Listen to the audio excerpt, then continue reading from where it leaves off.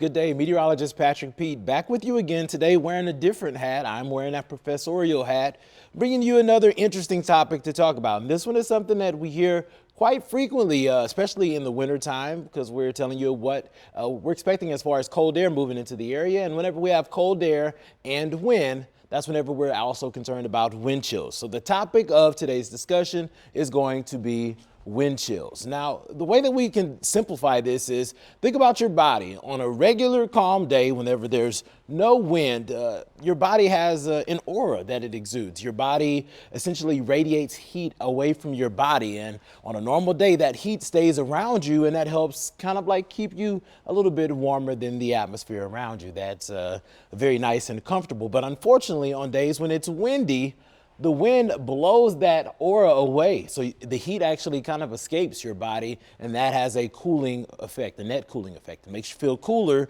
than you would if the wind weren't blowing at all. And that's why we show two different numbers sometimes. We'll say, hey, it's 40, we did it last night.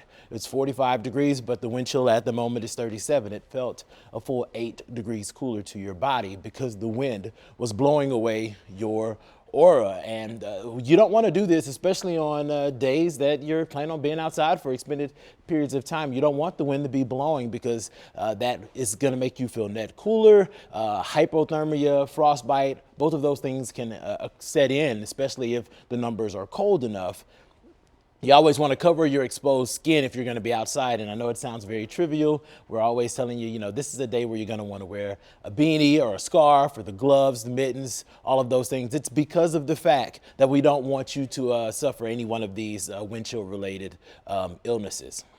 Here's a way that we could also look at wind chills. Take a look at our bar graph here. This is going to be the wind chill on this row here, and down at the bottom, that's going to be our wind speed. Now, we're looking at an air temperature of 30 degrees, just an arbitrary number here for the day.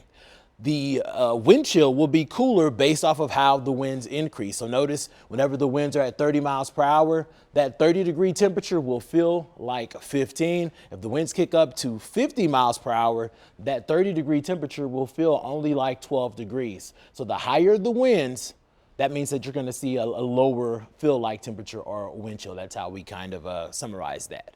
And if you're outside for extended periods of time with winds blowing, very strong air temperature of 0, we're looking at the potential for frostbite to set in at 30 minutes on just a regular day at temperature of 0, or it could be as cold as less as 10 minutes if the winds are blowing upwards of 50 miles per hour. So you always want to be cautious on those type of days. Next 24 hours, we're just looking at random cities in the northern portions of the country that are going to be experiencing at least a little bit of a wind chill. Nothing too drastic. Thankfully, we're kind of moving into that transitional period of spring, so nothing that's too overwhelming. But check out Buffalo, New York.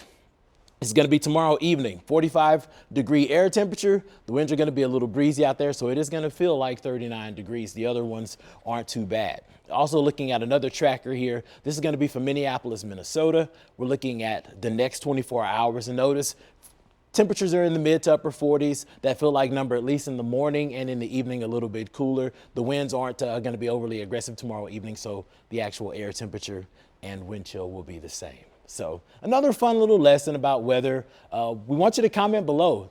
Ask us questions. If you have any topics that we haven't covered that you want us to cover, if you have a question that you want us to maybe just spend a few minutes talking about, we'll be more than happy to do that.